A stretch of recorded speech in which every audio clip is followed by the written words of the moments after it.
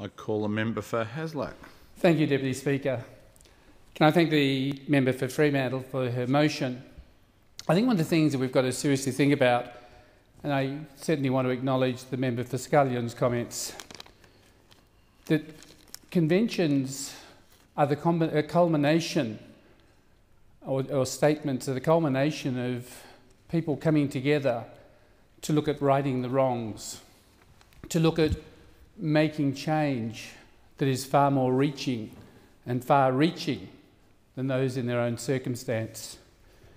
I think one of the challenges that we often face when we consider international conventions is our capability and capacity to take those elements of it and use them within domestic considerations.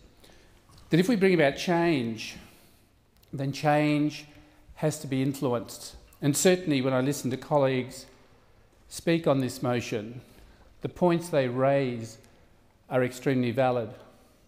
But there is also a divergence of viewpoints, and there's nothing wrong with that in the debates that you have around a statement that has come from a forum of people with like mind seeking to find a way forward and resolution to the complex issues that impact in terms of socio-economic determinants. I think the other thing that's more important is if we take the intent and the spirit of statements such as this one, and we collectively, and I say in a tripartisan approach, look at how we take that framework to bring about the changes. Certainly we have within Australia a commitment that is bilateral in respect to closing the gap. But one of the elements that I think is a critical one that is missing, but I think is reflected well in the statement, and that is the one of partnership, the way in which we allow people to sit as equals to plan their destiny. I agree with an earlier speaker, it doesn't matter how many members you have in this chamber. It's good when we do have a number of members in both the Senate and here. But it is the capacity to have people involved in the policy making within the bureaucracy, not to have people at lower echelons of a government agency, but at senior levels, where when you sit as a senior executive service, you have somebody there who is imparting a perspective that influences their thinking and the way in which an agency will implement programs, policies and services. And I think that is the crux of the statement from Mexico. It is about the equal positioning in those plans and in setting future directions. All of us at different times have given a commitment within Aboriginal and Torres Strait Islander affairs. And to some extent, it's been there, but not in a way that is changing.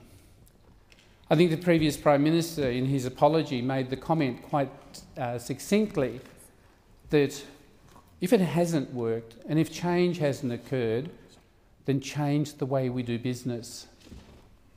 And in the context of the statement, then the participation as equal partners will bring about the reforms that we need. And everybody in this chamber has an electorate. And if we consider their roles within their electorates, then I would certainly challenge each and every one of them, including myself, to get out there and make sure we know what the issues are that Aboriginal people and communities and organisations face. Because it is by that process that we can affect and influence the change. And whilst I acknowledge the statement, I think that sometimes we don't need a statement of that ilk in order for us to better represent those within our electorates who are disadvantaged.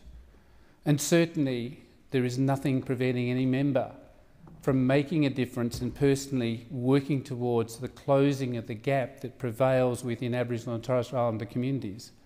Order. I hate to interrupt the member, but unfortunately the time allotted for this debate has expired.